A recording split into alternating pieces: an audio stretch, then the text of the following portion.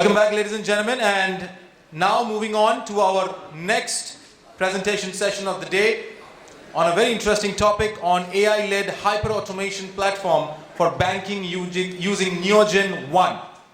And to present this topic, I would like to call on stage with a big round of applause Mr. Sunil Pandita, Vice President, India and South Asia, Newgen. Can we have Mr. Pandita with a big round of applause? Welcome, sir.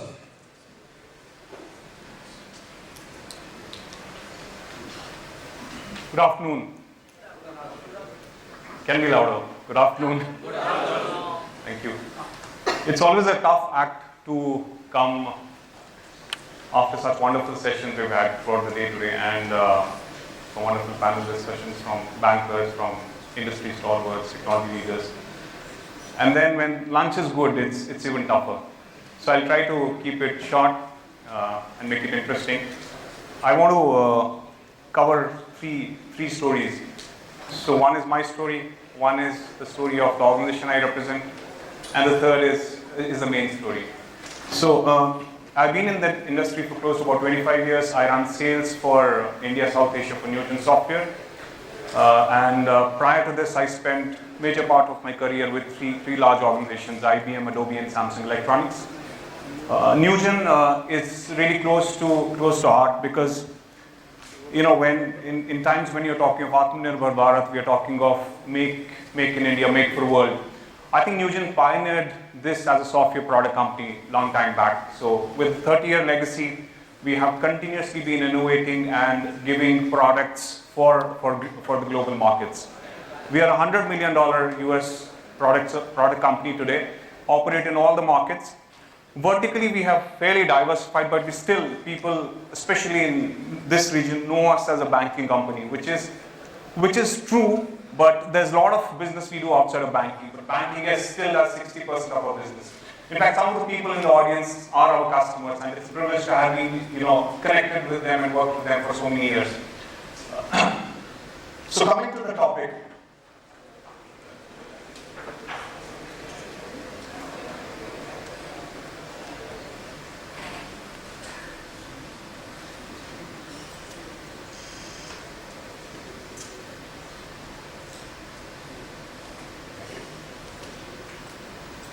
technology always falls at the key moment.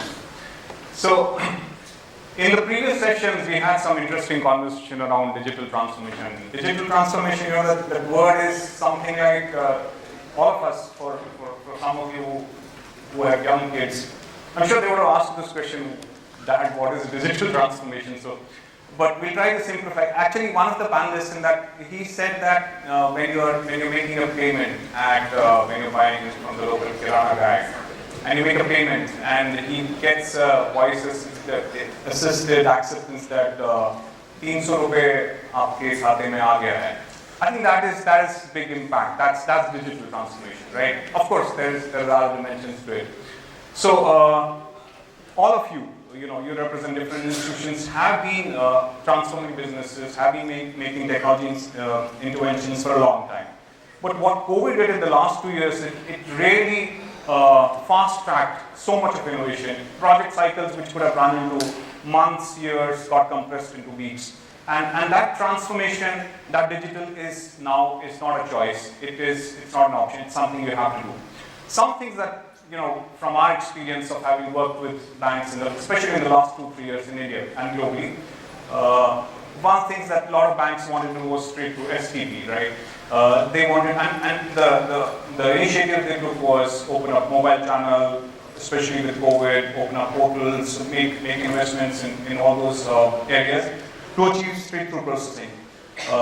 Yes, a lot of that was done. But we still believe, and I'm happy to disagree with anyone in this forum, did we achieve it completely if we go across products, if we go across markets? So that's one question I want to put to you. So to address that question, we talk of digital transformation and transitioning from there to digital acceleration. What do we mean by that? Any digital initiative in any organization is not a technology initiative. It is an initiative which starts right from the board level. and some of the conversations again that we had, I was talking to some of the colleagues in the industry, there are a lot of board interventions now. Most of the board meetings these days, once the first agenda item is business, profitability, and close second or third is what is that we are doing in digital. And that's why so much of importance to digital initiatives. So given that it's a business initiative, it's a board level initiative, it has to deliver business outcomes. What are those three outcomes? Those three outcomes are: one is customer experience, the second is operational excellence, and the third is business innovation. Without these three outcomes, digital transformation initiatives will remain within the guardrails of technology leaders and will not get the breadth that they expect. What do we mean by customer experience, and what is that we are trying to achieve?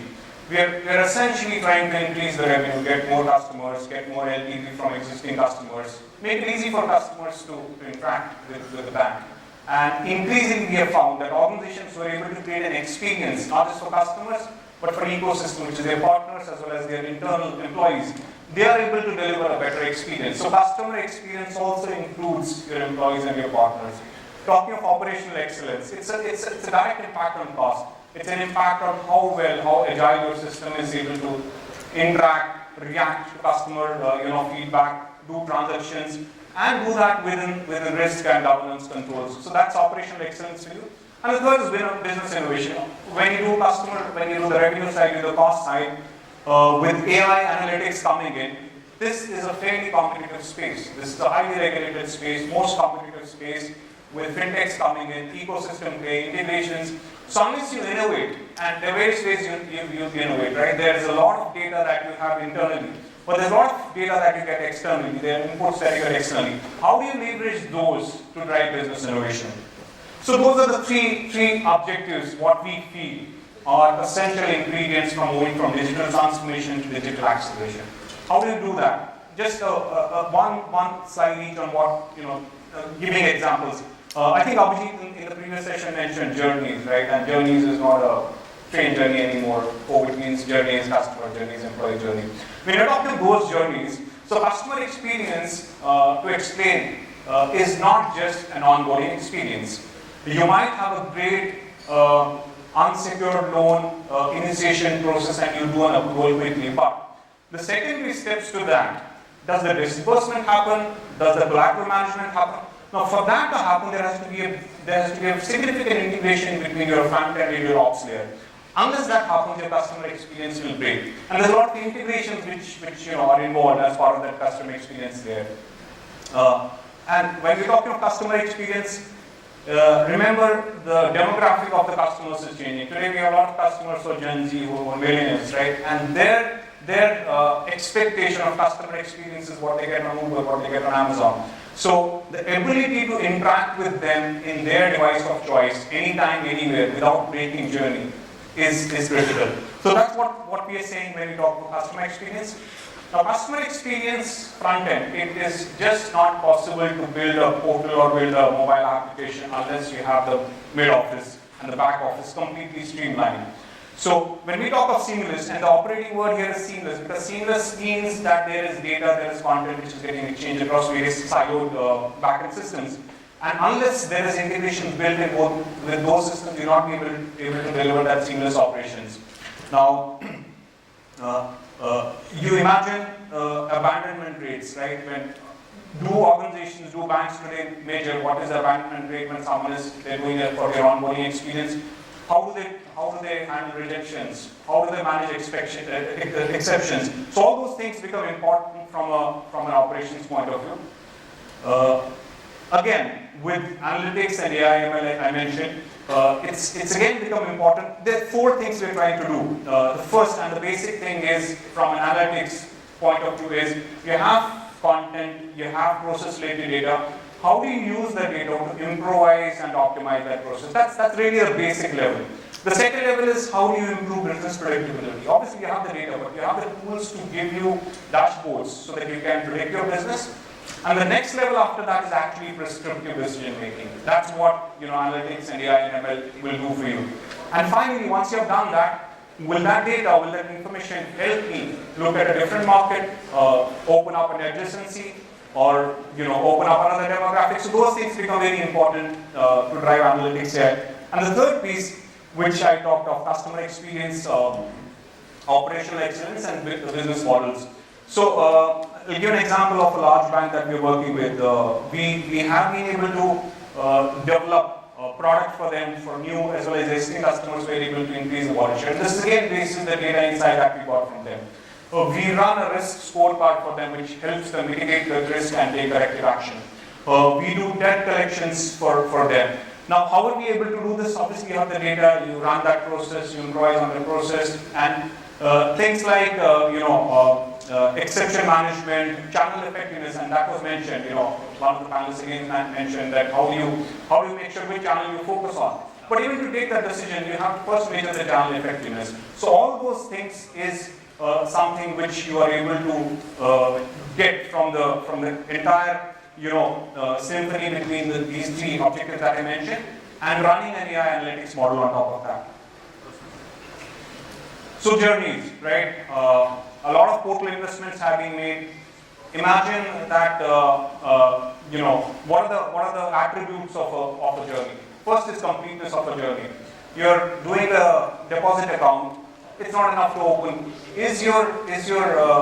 Are you getting the debit card? Are you getting the checkbook on time along with opening of the account? Even today we see when a trade LC gets opened online, you still have to go to the branch to submit the documents. So that's not completeness of journey. You're just automating a part of it, right? So one is the completeness of journey. The second is looking at journeys which are adjacent. For example, for existing or new to bank customers, they could be customers for different products, for mortgage, for loan, for a personal loan, for an auto loan. Are you able to map those journeys for those customers and fine-tune those journeys based on their customer input? And third, once you've onboarded a customer, it's very important to manage that customer life cycle. For example, can you do persistent KYC for the customer, right? And we're seeing that there's a lot of noise happening on that. Can I service that customer in a persistent manner? So this is a very important concept, which is looking at the journey from an end-to-end point of view, not just at the initiation point or an onboarding point. And for this to happen, all three vectors, as I mentioned, have to be aligned. So this is a journey, this is self-explanatory, this is the journey of a loan onboarding process, right? If you look at this, so there is a request which comes, and the channel can be a physical channel, can be a portal channel, can be any channel where the request comes in. So you're looking at the data, you're doing credit scores, you're suggesting a product. This is for a loan onboarding process. So you see there is one interface, which is the customer experience layer. That's the top layer, which is what your customer sees.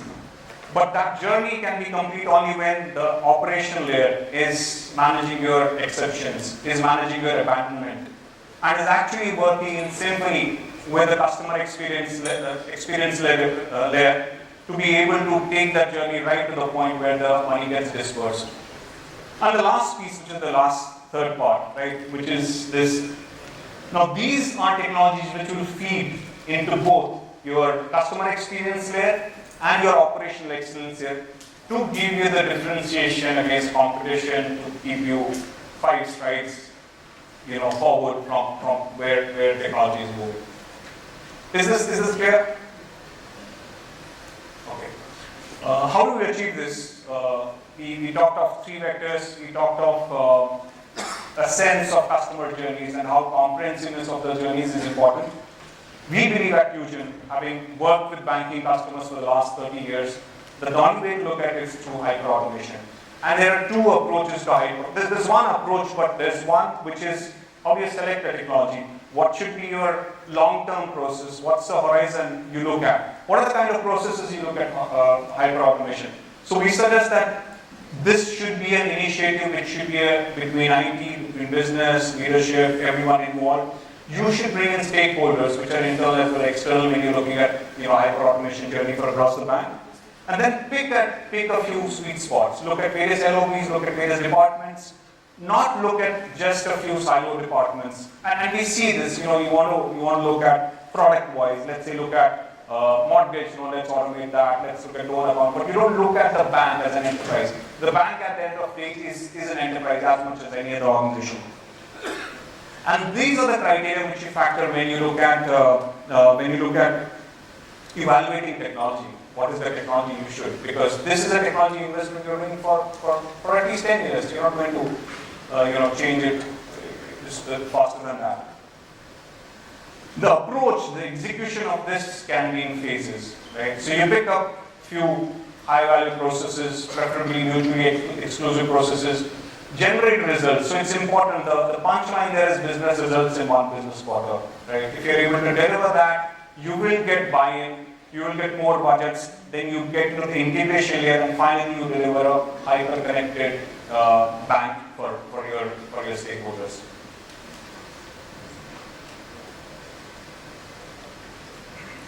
And this is how we do it.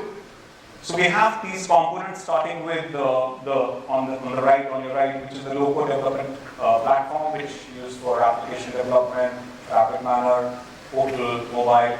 Then there is the process automation layer, which is essentially what takes care of your orchestration of journeys, including RPA, dashboarding of measurement of business operations, what's the health of various parameters.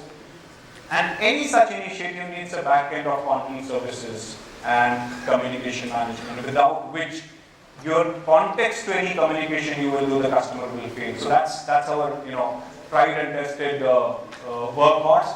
Then of course the integration platform with systems which are internal with systems which are external in a microservices architecture, and running data science on process, on content, on business metrics to be able to give that feedback loop. And this is all cloud enabled. It's cloud native on all the hyperscalers, and we call it active governance, which is basically how you manage within a single point compliance, security, and manageability.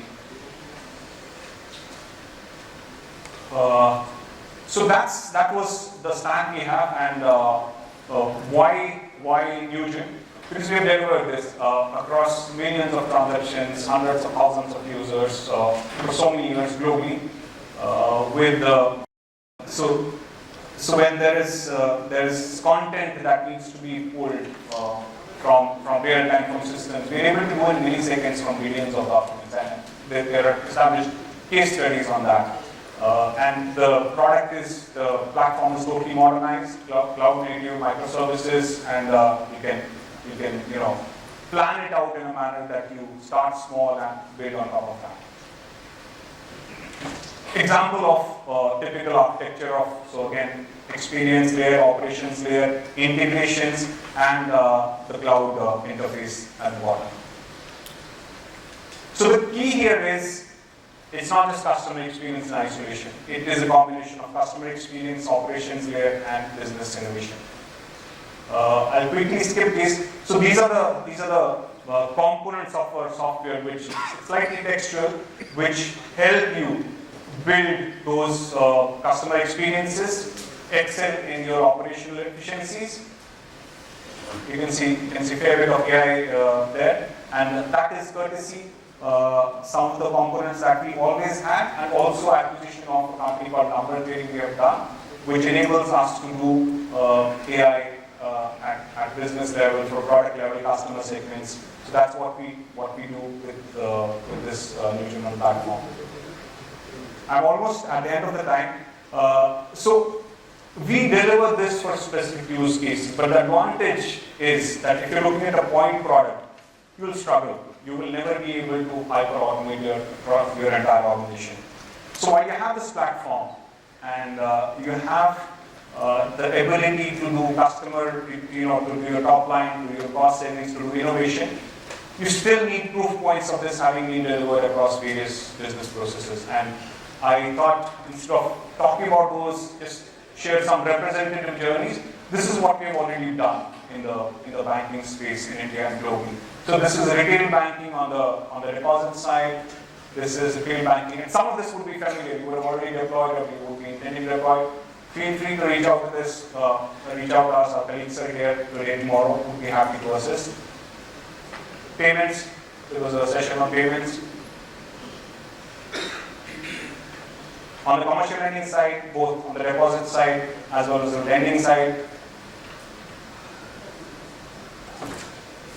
And finally, corporate functions. So these are the processes that we have delivered. We're happy to work with you to digitally accelerate your digital transformation initiatives. I have 1 minute left, so I can take a question. Thank you so much, Sunilji, for that wonderful presentation. Any questions, ladies and gentlemen?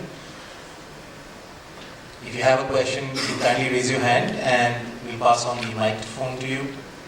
Please do. I think we have a question with the lady on the back. Madam, please do introduce yourself, your organization, and your question to Sunilji. Please don't start with the nation wants to know. Hi, I'm Meghna Madholkar from Saraswat Bank. I just saw in your deck that you offer some kind of NRI solution. So can you just give some details about it? Sorry, say that again. Non-resident accounts. So could you just give us some details on what exactly expertise that you offer? Sure. So that's part of our liabilities offerings. So deposit accounts. So there we do all kinds of accounts. We do CASA over the NRI accounts. We do many kinds of accounts. That's very straightforward, and we can talk about more details. One more question from the gentleman there. Hi, this is Bhargav from Karnataka Bank. So my question is, based on your experience, which is the first business unit or function that needs to be hyper-automated from a business perspective? Excellent. So your question has the answer, which is what is your priority? Is your priority revenue? Is your priority? Then you have different products, right? You have a business mix. Is retail your area of focus, or are you wanting to expand into?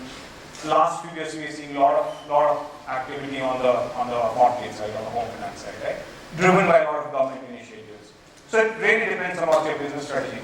But the difference or the advantage is that whatever your strategy is, and today that strategy could be getting into mortgage, but tomorrow you might want to get into retail, let's say auto loans. And auto sector is doing well, by the way, right? But your technology should not be a limiting factor. That's what we say. It's your choice. That will be a business decision that we govern where to start. And ideally start with two, three areas to make an impact. But yeah, the technology will support in terms of auto changes. Thank you so much, and just to remind all of you, Sunilji and the entire team is there today as well as tomorrow. So for further questions, you can always take it offline with Sunilji and the team, and I'm sure they will be more than happy to help you out there. So can we have a big round of applause for Mr. Sunil Pandita from Newgen for that session, Sunilji?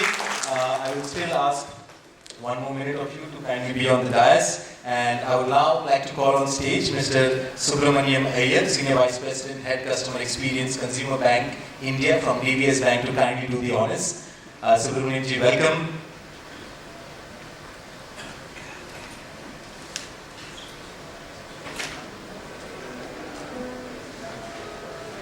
Can we have a big round of applause here? Mr. Sunil Pandita, Vice President, India and South Asia from Newgen, ladies and gentlemen. Thank you so much, Sunil ji. Thank you so much, Subramaniam ji, for doing the honors.